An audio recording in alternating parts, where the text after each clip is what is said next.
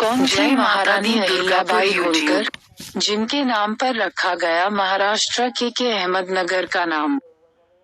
महाराष्ट्र सरकार ने अहमदनगर नाम बदलकर अहिल्यानगर कर दिया है। ये महारानी अहिल्याबाई के नाम पर रखा गया है। अहिल प्रसिद्ध सूबेदार मल्हारराव होलकर के पुत्र खंडराव की पत्नी थी।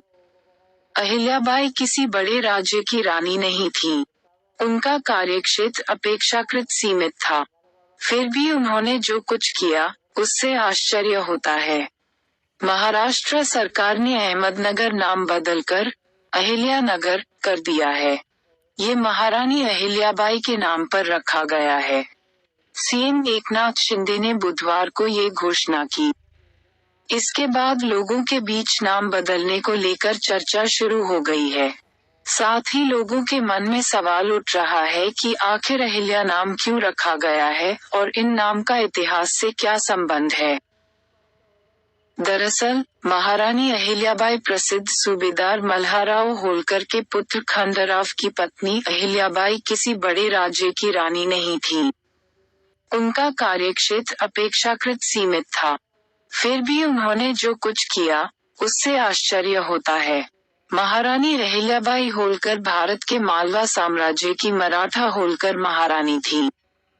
उनका जन्म 31 मई 1725 को महाराष्ट्र के अहमदनगर छौड़ी ग्राम में हुआ। उनके पिता मनकोजी राव शिंदे अपने गांव के पाटिल थे। उस समय महिलाएं स्कूल नहीं जाती थीं, लेकिन अहिल्याबाई के पिता ने उन्हें लिखने, पढ़ने लायक पढ़ाया। खुद ने संभाली साम्राज्य की कमान। अहिल्याबाई के पति खंडराव होलकर कुंभेर युद्ध में शहीद हुए थे। 12 साल बाद उनके ससुर मल्हारराव होलकर की भी मृत्यु हो गई। इसके 1 साल बाद ही उन्हें मालवा साम्राज्य की महारानी का ताज पहनाया गया। वह हमेशा से ही अपने साम्राज्य को मुस्लिम आक्रमणकारियों से बचाने की कोशिश करती रहीं, बल्कि युद्ध के दौरान वह खुद अपनी सेना में शामिल होकर युद्ध करती थी। उन्होंने तुकोजीराव होलकर को अपनी सेना के सेनापति के रूप में नियुक्त किया था। रानी अहिल्याबाई ने अपने साम्राज्य महेश्वर इंदौर में काफी मंदिरों का निर्माण भी किया था। सोमनाथ में शिवजी का मंदिर बनवाया। उन्होंने लोगों के रहने के लिए बहुत सी धर्मशालाएं भी बनवाईं। ये सभी धर्मशालाएं उन्होंने मुख्य तीर्थस्थान जैसे गुजरात के द्वारका, काशी विश्वनाथ, वाराणसी का गंगा घाट, उज्जैन, नासिक, विष्णुपद मंदिर और बैजनाथ के आसपास ही बनवाईं। मुस्लिम आक्रमणकारियों के द्वारा तोड़े हुए मंदिरों को देखकर ही उन्होंने सोमनाथ में शिवजी का मंदिर बनवाया, जो आज भी हिंदुओं द्वारा पूजा जाता है। अहिल्याबाई को एक बेटा और एक बेटी थी। का नाम मालेराव और कन्या का नाम मुक्ताबाई रखा गया। उन्होंने बड़ी कुशलता से अपने पति के गौरव को जगाया। कुछ ही दिनों में अपने महान पिता के मार्गदर्शन में खंडेराव एक अच्छे सिपाही बन गए। मल्हारराव को भी देखकर संतोष होने लगा। पुत्र वधू अहिल्याबाई को भी वह राजकाज की शिक्षा देते रहते थे। उनकी बुद्धि और चतुराई से वह बहुत प्रसन्न होते थे। महेश्वर बनाए राजधानी। सत्ता संभालने के बाद रानी अहिल्याबाई अपनी राजधानी महेश्वर ले गईं। वहां उन्होंने 18वीं सदी का बेहतरीन और आलीशान अहिल्या महल बनवाया। पवित्र नर्मदा नदी के किनारे बनाए गए इस महल के इर्द गिर्द बनी राजधानी की पहचान बनी टेक्सटाइल इंडस्ट्री। उस दौरान महेश्वर साहित्य, मूर्तिकला, संगीत और कला के क्षेत्र में एक गढ़ बन चुका था।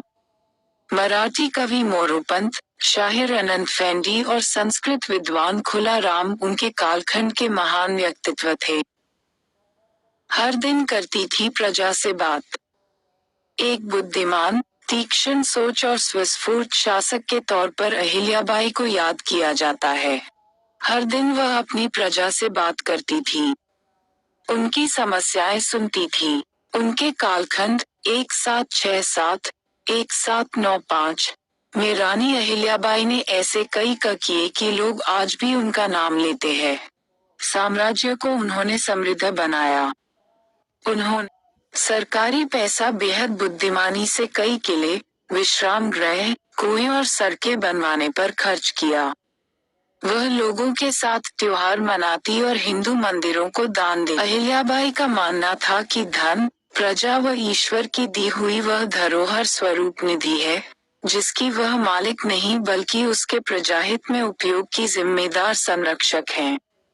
उत्तराधिकारी न होने की स्थिति में अहिल्याबाई ने प्रजा को दत्तक लेने का व स्वाभिमान पूर्वक जीने का अधिकार दिया। प्रजा के सुख दुख की जानकारी वे स्वयं प्रत्यक्ष रूप प्रजा से मिलकर लेती तथा न्यायपूर्वक निर्णय देती थी। उनके राज्य में जाति भेद को कोई मान्यता नहीं थी, वह सारी प्रजा समान रूप से आदर की हकदार थी।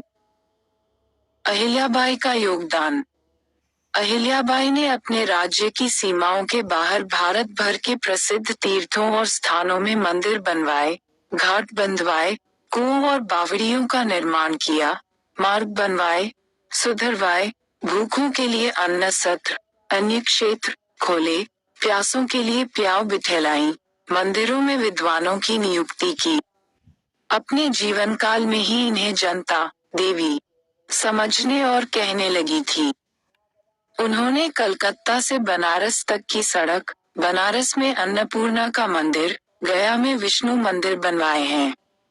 उन्होंने काशी, गया, सोमनाथ, अयोध्या, मथुरा, हरिद्वार, द्वारिका, बद्रीनारायण, रामेश्वर, जगन्नाथपुरी इत्यादि प्रसिद्ध तीर्थ स्थानों पर मंदिर बनवाए और धर्मशालाएं खुलवाईं। साथ ही इंदौर को एक छोटे से गांव से खूबसूरत शहर बनाया। मालवा में कई किले और सड़कें बनवाईं।